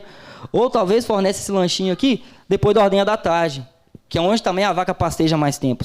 Então, já vi sistemas assim que fornece lanche, o gado rapava o pasto, mas tem que fornecer o lanche que hora? Nas horas mais quentes do dia. Você não vai ver vaca pastejando meio-dia, 1h, 2h da tarde. Se você vê uma vaca, por exemplo, holandesa, ou até de Holanda, pastejando nessa hora do dia, é que essa vaca passou fome. Ela passou fome por algum motivo, ela está com fome, ela vai pastejar. Mas vaca não pasteja nesse horário. Então, se for fornecer o lanche, traz essas vacas para a próxima ordenha e fornece o lanche nesse horário do dia, nas horas mais quentes do dia. Outra coisa, pessoal, que a gente vai comentar um pouquinho é estresse térmico. Vaca a pasto sofre muito. Vaca tem estresse térmico. E o que isso leva? A vaca diminui a atividade, reduz o consumo de matéria seca. Se reduz o consumo de matéria seca, diminui resultados de produção de leite. Então, vamos dizer, leite entra pela boca, a vaca que come mais, a vaca dá mais leite. Então, o estresse térmico aumenta o consumo de água, a vaca busca por sombra e vento, aumenta a transpiração, aumenta a frequência respiratória e baba, aumenta o fluxo de sangue para a pele e reduz o fluxo para os órgãos. Então, é o sangue que leva os nutrientes para a glândula mamária, que faz com que a vaca produza leite, né? Leva os sólidos do leite lá. Então, se a vaca está direcionando o fluxo de sangue para a pele, para perda de calor, controle da temperatura corporal, ela vai produzir menos, não tem como fugir disso. E o que a gente precisa fornecer para essa vaca? Fornecer conforto. Vaca gosta de conforto. Vaca gosta de quê? De sombra. Então, o que o produtor pode fazer? Uma área de sombra, um descanso lá, seja artificial mesmo, com sombrite. Então, no meio do projeto do piquete lá, o produtor tem que pensar nisso, fazer uma praça de alimentação, uma praça de descanso, ou fazer um piquete, às vezes, com as árvores plantadas, sistema silvopastoril, para nas horas mais quentes do dia esse piquete ficar aberto, as vacas ir para lá, ter sombra. Então, vaca precisa de sombra. Outra coisa legal de fazer para a vaca é fazer esse banho aqui na sala de espera. Vaca precisa refrescar, gente. Então, trazer as vacas para a ordenha, antes da ordenha, dar esse banho nela, seja lá por 40 minutos, aqui é só uma sugestão, que tem muito utilizado. Então, a vaca tem que molhar 1 minuto e secar 4 minutos. Vaca não pode ficar só molhando também, não. Ela tem que molhar e secar para ela perder calor. Se ela ficar só molhando, ela não perde calor. Então, molha e seca. Então, a recomendação é 8 ciclos por ordenha, gasto de água aproximadamente 3 litros por vaca ciclo. Então, isso aqui dá um retorno de 2 a 4 litros de leite por vaca. Lógico que depende do desafio, depende de vaca. Então, pessoal, sombra e conforto térmico para a vaca é essencial. A gente tem que trazer a vaca, vamos dizer, dar para a vaca o que ela quer, que ela vai dar o leite que o produtor quer. Então, fornecer sombra e conforto térmico para essa vaca. Isso aqui é só uns trabalhos mostrando qual que é a temperatura de conforto da vaca. Então, esse trabalho do NAS 2019 falou que a temperatura de conforto da vaca é de 4 a 24 graus. O outro trabalho fala que é de 5 a 22, o outro de 1,7 a 21. Então, vamos dizer que em torno de 3 graus aí até 22, 23 graus. Essa é a temperatura de conforto da vaca. Então, a gente pega no verão aqui dias de 40 graus, 35 ou mais. Então, essa vaca não está em conforto térmico. Essa vaca está gastando energia para liberar calor, para não produzir calor, para dissipar calor e então perde produção. Então, fornecer conforto para essas vacas. E aí tem esse estudo aqui que mostra a relação entre sombra, produção de leite e consumo. Lembra que eu falei com vocês que leite entra pela boca, a vaca que come mais, ela produz mais? Então aqui esse estudo mostra isso. Com sombra, a vaca consumiu 7,9 kg de matéria seca durante o dia. Sem sombra, 3,2. À noite o consumo foi igual, entretanto o consumo diário foi diferente. A vaca com sombra produziu 20,7 kg de leite, de matéria seca mais dia. Já a produção de leite, a vaca durante o dia, na ordem da manhã, produziu 9,2, a outra 7,7. A outra produziu 10,7 e 8,9.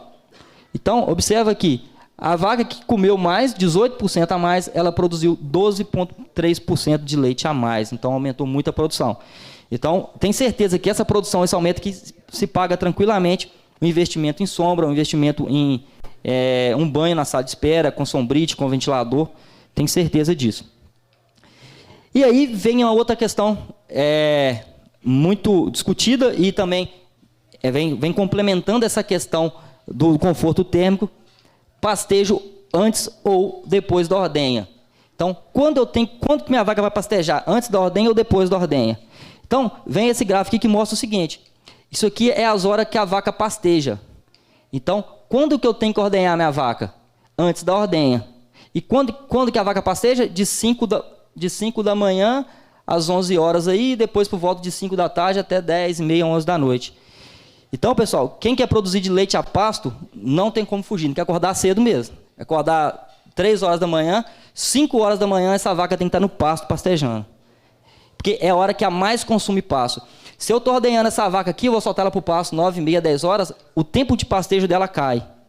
Então, pessoal, é acordar cedo, ordenhar a vaca, 5 horas a vaca está no pasto, 6 e meia, 7 horas o produtor já acabou tudo, ele pode deitar, dormir, descansar, mas não tem como fugir não, isso aqui tem que acordar cedo, vaca 5 horas da manhã tem que estar no pasto, não tem como fugir disso. E aí vem a questão de ordenha. Ordenha, pessoal, é um investimento, não é um custo.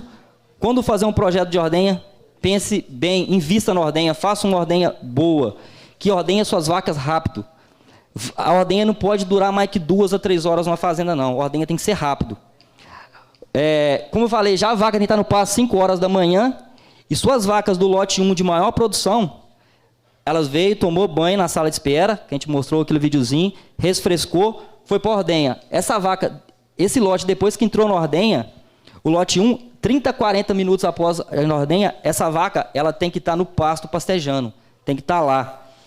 E aí, onde eu vou instalar a ordenha da minha... Vamos pensar aqui, onde eu vou instalar a ordenha da minha fazenda? A gente fala muito, por exemplo, em consumo de quilômetro por litro de carro, né? Meu carro faz 10 km por litro, 12. A vaca também ela tem isso. A gente vê uns números em imagem na literatura que fala, o consumo da vaca é 1 litro por quilômetro, na verdade, né? Então, quando fazer a ordenha, pense onde a instalação da ordenha. Por quê? Cada quilômetro que a vaca anda, ela deixa de produzir 1 litro de leite. Isso vamos pensar aí na condição plana, né? Se a vaca está subindo morro, igual na minha região lá que tem que subir morro, a vaca tem quase que escalar as pedras lá, esse gasto é muito mais que isso. Então, pessoal, desse slide aqui, sugestão que eu deixo para vocês é isso aqui.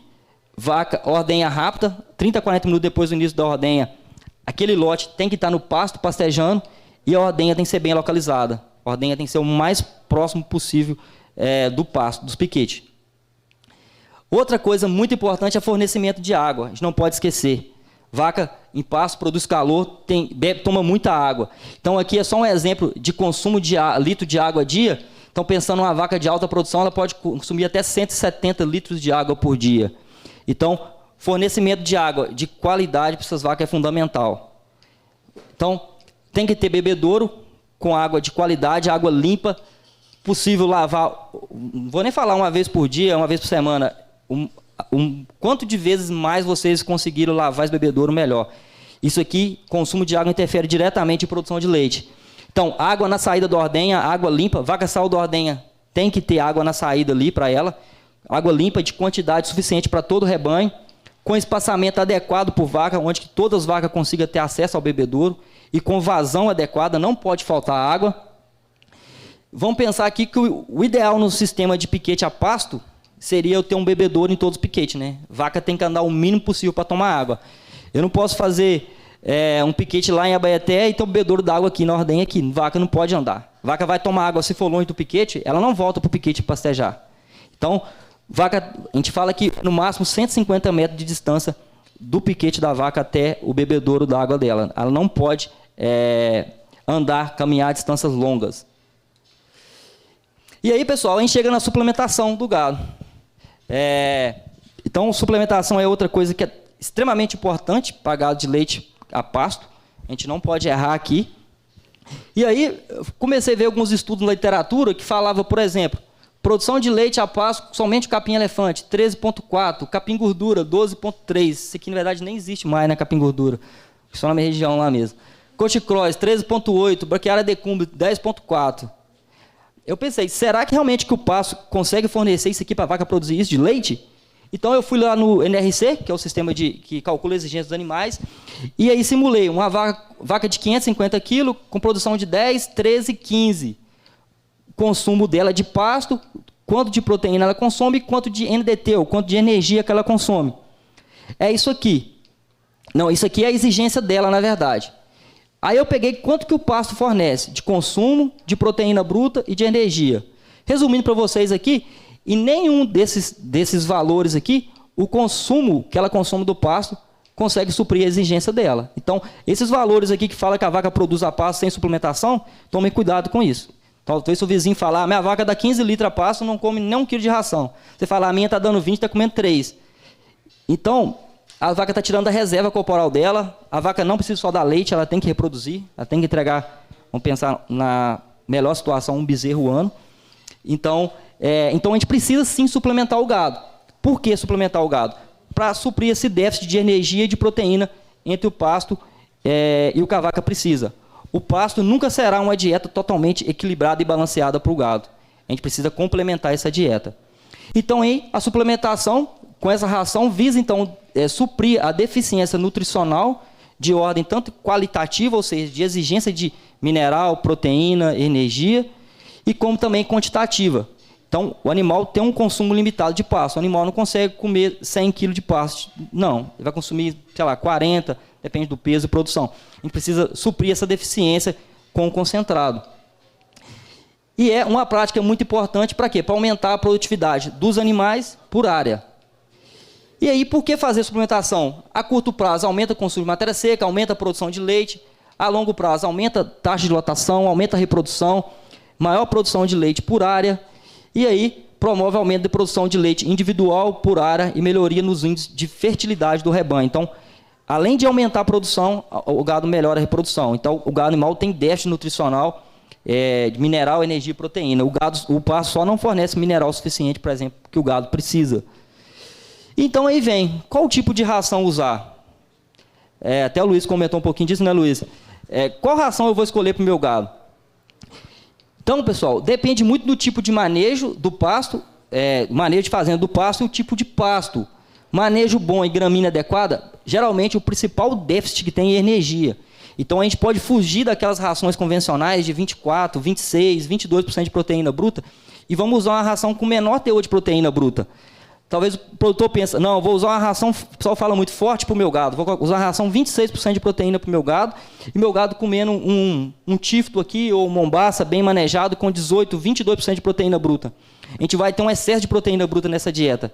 E proteína bruta em excesso não é bom, é ruim. O animal gasta energia para excretar, jogar esse excesso de proteína bruta fora, que sai na forma de ureia via urina. Então o animal está gastando energia que produzir leite para excretar, jogar o excesso de ureia fora.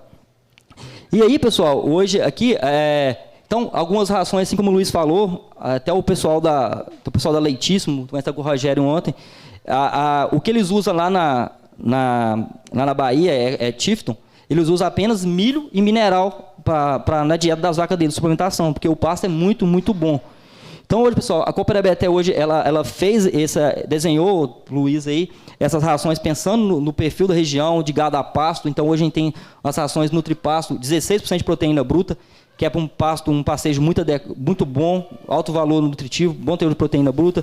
Tem uma ração com Nutripasto 20 também, que é uma ração com alta energia, alto valor de amido. Então, lógico, pensando nisso.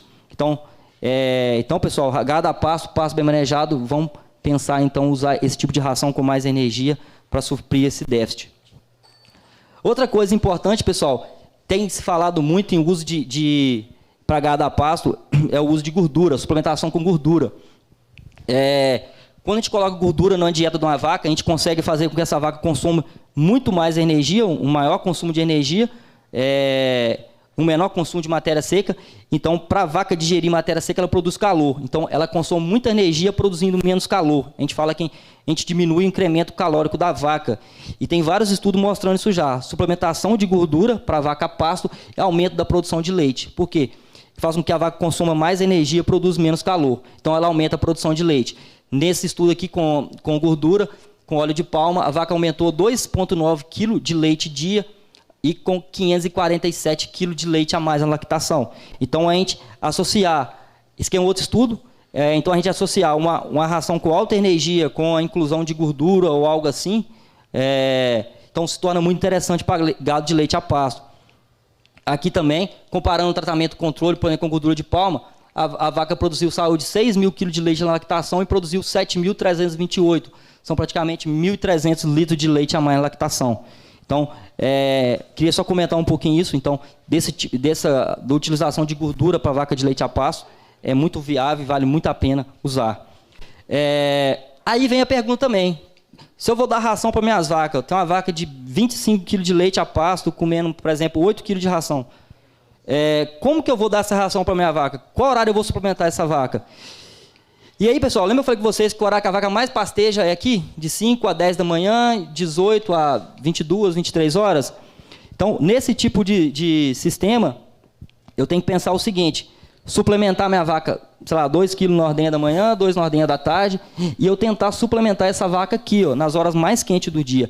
Eu não fornecer toda a ração na ordenha da manhã e da tarde. Porque se essa vaca come 3 kg de ração aqui, ou 4 kg, ela vai sair bem cheia da ordenha, então vai cair o consumo de pasto. Então, quando eu trabalho com gado a pasto, eu tenho que pensar em potencializar o máximo possível o consumo de pasto. É a forrageira mais barata, é a fonte de energia mais barata. Então, quanto mais meu gado consumir pasto, melhor. Então, por isso, fornecer menos rações aqui, fornecer mais rações nas horas mais quentes do dia. Como fazer isso? Vai trazer o gado antes da ordenha para tomar o banho na sala de espera? Fornece a ração para esse gado aqui, antes da ordenha. Que aí ele tomou o banho, comeu a ração, foi ordenhado, ele vai sair da ordenha louco para pastejar. Então, é uma estratégia de se fazer, então, para estimular ao máximo o consumo de pasto. Pessoal, para finalizar, então, eu estava conversando com o Luiz, a gente ia falar um pouquinho sobre os erros e acertos. Por que a produção de leite a pasto deu certo em alguns lugares e deu errado em outros. Então, a gente definiu principalmente esses motivos. Escolha das espécies forrageiras, o produtor, às vezes, juntamente com o técnico, tomou a decisão errada, escolheu uma forrageira errada. Então, junto com isso, o manejo da pastagem não foi bem feito, não adubou a pastagem. A gente viu aquelas pastagens lá degradadas no começo da apresentação. O produtor viu aquele cenário, então, por isso, produziu pouco. Não preocupou com o estresse térmico das vacas. A vaca sente muito calor, passa muito calor, então a produção de leite cai. Disponibilidade de água não preocupou, às vezes bebedouro muito longe do piquete, vaca passou sede, ordenha, talvez realizou ordenha em horas erradas, muito tempo de ordenha, então tudo isso vem em encontro disso. E eu acho que os principais erros, além das escolhas das espécies forrageiras, está aqui, ó, suplementação e raças. Suplementação, às vezes, usar essas rações convencionais, aí de 24%, 26% de proteína, para um gado a pasto, um pastejo bom, vai ter perda de produção. E eu acho que uma das principais coisas é raças. Não adianta você querer colocar uma vaca holandesa para produzir leite a pasto aqui em Abaeté. Não funciona. A vaca, ela não é feita para isso, não é preparada para isso. Então, a gente tem raças hoje no mercado, sim, por exemplo, a Girolando, que suporta muito o calor, é resistente ao calor, muito mais resistente do que a holandesa, que mesmo no verão ela consegue emprenhar, consegue ter bons índices produtivos. Então, pensar naquelas vacas meio sangue, 5/8, você colocou uma vaca 3/4 aqui no pasto, ela não vai, ela já patina bem mais com a meio sangue, ela não vai caminhar igual a meio sangue. Beleza, pessoal? Então, o que eu tinha para falar a vocês era isso. Como mensagem final, eu queria deixar aqui realmente que a produção de leite a pasto é muito complexo, não é fácil. A gente falar que produção de leite a pasto é mais fácil que um compost, que um freestyle, que um tie-stall, que um Losenhouse, não é. É muito complexo e é difícil, mas desde que bem feita e bem manejada, é extremamente vantajosa e competitiva. A gente consegue ter índices produtivos altos, com custos muito interessantes. Outra coisa, leite a pasto, precisamos fazer o trabalho certo, utilizando os conhecimentos técnicos e práticos. Então, é um trabalho dos produtores junto com os técnicos e a gente estudar mais, sempre buscar conhecimento de produção de leite a pasto para levar isso para o campo, para melhorar, é muito importante. E no mais, muito obrigado, queria agradecer a presença de todos vocês, queria agradecer ao Luiz aqui, da Ruminar, por ter vindo aqui fazer essa palestra também, e estamos abertos aí a perguntas, discussões, qualquer dúvida que vocês tiverem, a gente está à disposição para responder. E como foi falado sobre irrigação, a Coopera Abaeté tem algum profissional que nos dá assessoria em questão de irrigação? Ô Marcelo, falar que a gente tem um profissional específico para isso, hoje nós não temos. Tá? Eu acredito que dentro de Abaeté nós temos 2 projetos de irrigação, né? Os nossos técnicos acompanham esse projeto, porém a cooperativa está contratando mais um agrônomo. Nós perdemos um agrônomo essa semana e possivelmente mais outro, né? Um é para substituir e o outro praticamente é para somar. E uma grande tendência é que esse agrônomo que vier para adicionar é para lidar com a área de pastagem. Sim, e relacionado à área de pastagem, um exemplo, eu plantei ano passado o mavuno, né? E tenho gostado do resultado dele. O Marcelo falou ali um pouco sobre pastagem, mas ele não deu, não colocou nenhum assim, falou, não, esse, né, ele ficou meio assim, ficou meio com medo de falar, né, Marcelo? Né, vai que o pessoal vai na sua. Mas eu acho que pela experiência que vocês têm, acho que você poderia deixar para nós aí, né, cada região, claro que o Engenho do Ribeiro está aqui do lado, é mais ou menos o mesmo clima, né, o clima não muda muito, mas o mavuno lá caiu bem para mim, né? Já o Mombaça eu já tenho uma dificuldade porque lá é meio um pouco de morro, como você falou, e um pouco escorrido, né? Então a terra sela mais, né? Vamos dizer assim. E com relação à pastagem, né? O braquiarão ainda tem predominado, né? Já a rosiense, a cigarrinha hoje é o nosso vilão. Então, o que você colocaria aí como sugestão para nós nessa noite, eu creio que todos que estão aqui estão interessados, em uma pastagem que venha nos trazer um resultado mais positivo? Marcelo, realmente não falei porque realmente é isso, sabe? A gente falou que não tem forrageira ideal, não existe a ideal. A ideal para sua fazenda é que você melhor maneja e sabe produzir. Por exemplo, como você falou, Mombaça lá para você não funcionou, correto? Talvez para um vizinho seu, talvez funcione super bem. Eu tenho lá 15 piquetes de Mombaça, né? Mas não é que não funcionou, eu falo que o manejo dele é mais delicado. É mais delicado, exatamente. Né? Já o mavuno, por ele ser o braquiarão com a rosiense, uma mistura, né? Ele é um braquiarão mais palatável, né? Então eu acho que para mim lá está sendo bacana. Marcelo, realmente é isso mesmo, eu comentei com você, porque depende de cada caso, sabe? Não tem como eu falar, por exemplo, aqui que o Mombaça é o melhor. Não é o melhor, depende para cada sistema. Posso falar que o Tifton é o melhor, mas depende de cada sistema. Mesma coisa que você falou, o branquearão para você deu certo, então funcionou bem. Eu dei assistência numa fazenda que a gente usava coxicróis e não funcionou o coxicróis. Por quê? O cara pegava todo aquilo da chorumeira que ele tinha na fazenda e jogava no coxicróis. As vacas não consumiam coxicróis. Então, o coxicróis lá é ruim? Não é que é ruim, mas não funcionou pelo sistema. Ele plantou um Mombaça. O Mombaça funcionou super bem, que é um pastejo mais alto, as vacas não tinha esse problema de consumo de palatabilidade. Então, resumindo, é isso aí. É porque não existe realmente a forrageira ideal, a melhor. Depende de cada sistema, do relevo, qual o seu objetivo e tudo, tá bom? Mas, tipo assim, na tomada de decisão, você pode procurar a gente, quem pode na sua fazenda, bater um papo, conversar e, junto com o produtor, a gente ajudar ele a escolher qual é a melhor forrageira para plantar em cada propriedade, tá bom? Luiz, quer... Marcelo, eu só deixar a minha, como os outros, acho que minha posição que eu tenho 30 anos formado, então assim, eu já vi passar por, no mínimo, 10 capim milagrosos, sabe? O Marcelo até citou ali, era tido como híbrido, na verdade, descobriram, ele não era um híbrido, na maioria das vezes é material, muitas das vezes até contrabandeado da Colômbia, né? O capim mulato, que não é um híbrido da braquiária, tá? O MG5 não é um híbrido da braquiária, o MG4 não é um híbrido da braquiária. Então, assim, todos foram capim milagrosos, né? E não existe capim milagroso. Como o Marcelo acha que cada fazenda, cada manejo tem né, vai descobrir qual que é seu ponto de equilíbrio lá do seu sistema de rotacionado. A gente tendo o auxílio dos profissionais adequados, acho que vai dar certo. Mais uma vez, obrigado e tenham todos uma boa noite. Apenas complementando, a colocação do Marcelo e do Rogério é perfeita, né, que não existe um capim melhor do que o outro, e sim mais adequado à sua realidade. O que a gente tem que levar em consideração é o desafio do produtor também.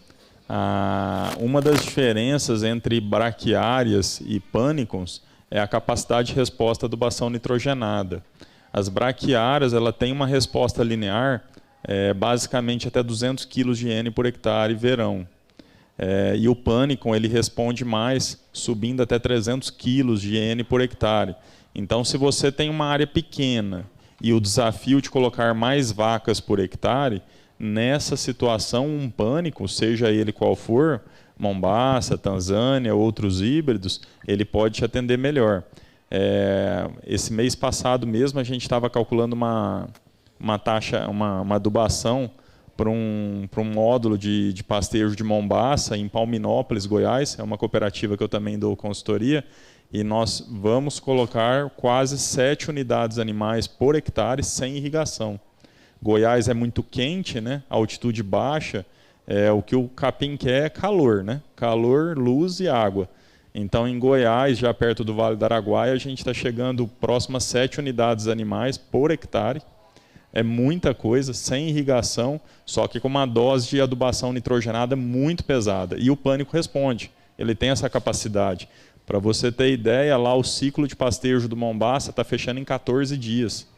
Tamanha velocidade de crescimento e resposta à adubação nitrogenada e correção com fósforo e potássio.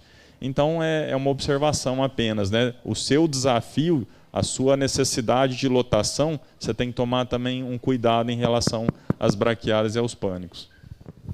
Por favor.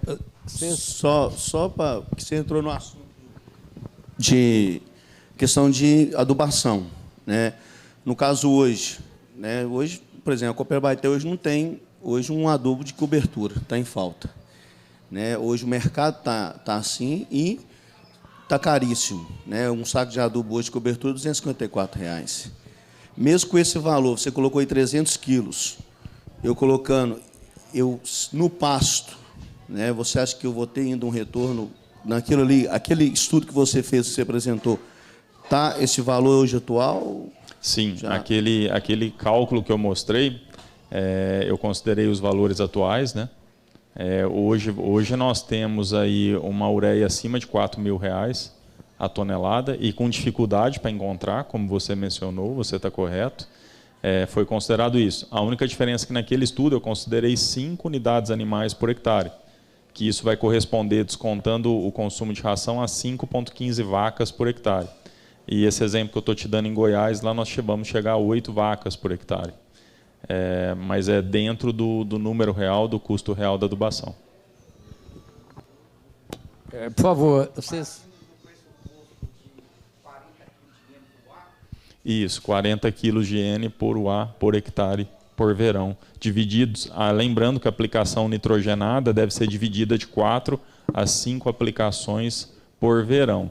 Até nesse caso que eu citei em Palminópolis, Goiás, nós vamos fazer 3 aplicações apenas, porque o produtor não consegue fazer mais, mas o correto seria dividir.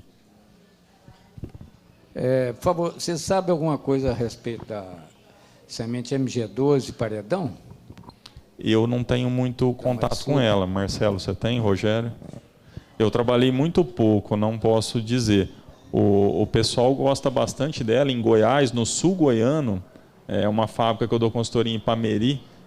Eles têm, alguns produtores de gado de corte têm usado ele, mas eu não tive muito contato ainda.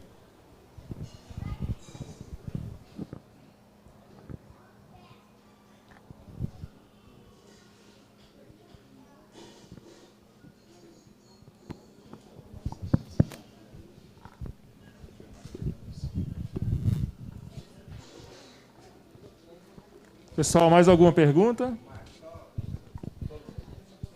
Fazer mais uma colocação. Eu acho, assim, quando o Marcelo e o Luiz falaram de piquete, né, de pastejo, de produção de leite a pasto, eu acredito que o maior desafio que existe é a colheita, né? Assim, o maior desafio que o produtor tem é a colheita, não é a gramínea, não é o nível de adubação, é o aproveitamento, a eficiência da colheita.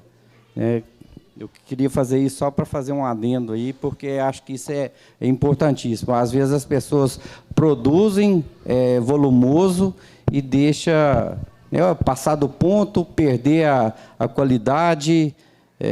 Acho que vamos falar, comer quentinho, né, no ponto ideal, com tempero ideal, e o que a vaca precisa.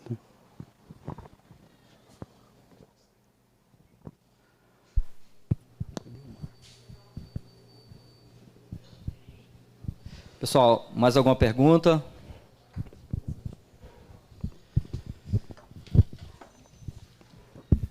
O Marcelo e Luiz, é só uma dúvida que gerou. A gente teve problemas nesse ano com esse quesito.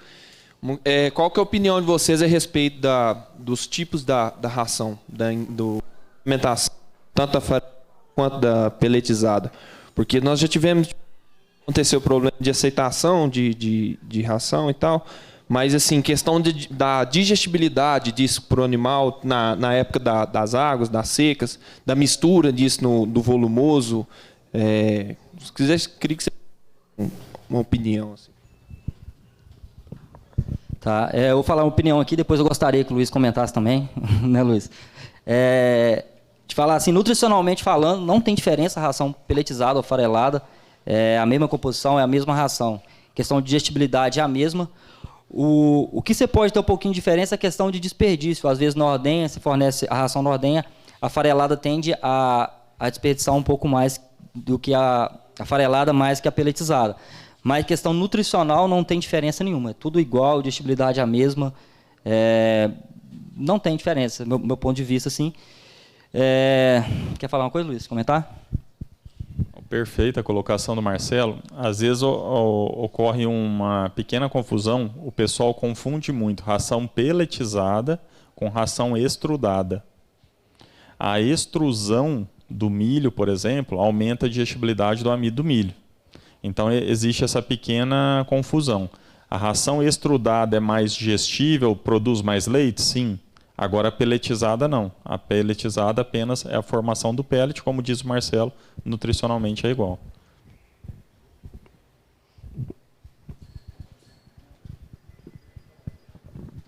Marcelo, só para encerrar, a gente gostaria que você falasse um pouco sobre esse novo produto da fábrica de rações da Coopera Baité, não é isso? A ração, o proteinado, na verdade, 6G. Falasse um pouquinho mais, que tem algumas pessoas perguntando sobre, até porque é um produto novo, né? Você quer comentar? Quer comentar? Tá, o proteinado, o 6G, vamos dizer, um proteico energético, um proteinado que foi desenhado pelo Luiz. A gente pensou, é um proteinado de alto consumo, a gente fala que é 6G, porque o consumo dele é 0,6% do peso corporal, ou seja, o animal consome 6 gramas por quilo de peso desse proteinado. Por exemplo, Vamos jogar aí um animal de 200 quilos, vai consumir 1,2 kg. Qual que é a grande estratégia, a grande importância de usar esse proteinado? Eu consigo aumentar muito a minha taxa de lotação de animal por pasto, é um proteinado de alto consumo, consigo um desempenho assim, muito alto, por animal e por área. Então, isso permite eu explorar muito mais minhas áreas da pastagem. Então, é ruim a gente falar em números, né, Luiz? Ganho de peso, a gente falar, isso pode entregar tanto ganho de peso, mas o que a gente vê é que ganho de peso de proteinado depende muito do pasto, mas com proteinado desse, nessa época das águas, você consegue um ganho assim, 1,3, 1,4 kg animal dia no pasto. Acho que tranquilamente, lógico, mas lógico que depende do pasto. Então, é basicamente isso, Luiz. Quer complementar? Falar algo mais do produto? Uma conta interessante que os senhores podem fazer em casa depois, a suplementação com proteicos de alto consumo, como por exemplo esse 6G que nós criamos aqui para a Coopera Baeté, hoje é a maneira mais econômica de você produzir uma arroba. Como disse o Marcelo, o ganho de peso é alto. Trabalhando aí com pastos de média, boa qualidade, a gente tem conseguido em todo o centro-oeste brasileiro o ganho em torno de 1.100 gramas dia. Isso dá mais de uma arroba mês por garrote, né, e novilhas. Então é uma estratégia econômica de você produzir arroba. É a arroba mais barata que se tem hoje. Então vale a pena pensar e fazer conta. Existe um desembolso, porque o consumo é alto, né? Um garrote de 300 quilos vai consumir 1,8 por dia. Você tem que desembolsar esse suplemento. Só que ele te põe mais de uma arroba por mês. Então essa arroba fica barata. Então vale a pena fazer conta, estudar. É um produtaço para vocês utilizarem. E no Brasil como um todo, centro-oeste, o consumo só aumenta desses produtos de alto consumo devido à produção de uma arroba mais barata. Em relação a isso que o Luiz falou dos números aqui, então você pensar nesse animal de 200 quilos, 250 quilos, vai consumir na média aí de 1,2, 1,3 por dia, né, Luiz? Então, pensando um gasto mensal aí de 40 quilos desse 6G por animal mês, realmente é um alto investimento, mas você consegue produzir uma arroba com um animal desse gastando aí R$80 de proteinado, né? Então, com R$80 de proteinado, você produz uma arroba do animal. Colocar aí mais R$30, R$40 de pasto, você consegue produzir uma arroba de animal no pasto com R$120, R$130. Então, é um produto assim, muito vantajoso e sim, vale a pena usar. Uma ferramenta mesmo aí para vocês. Correto, Luiz?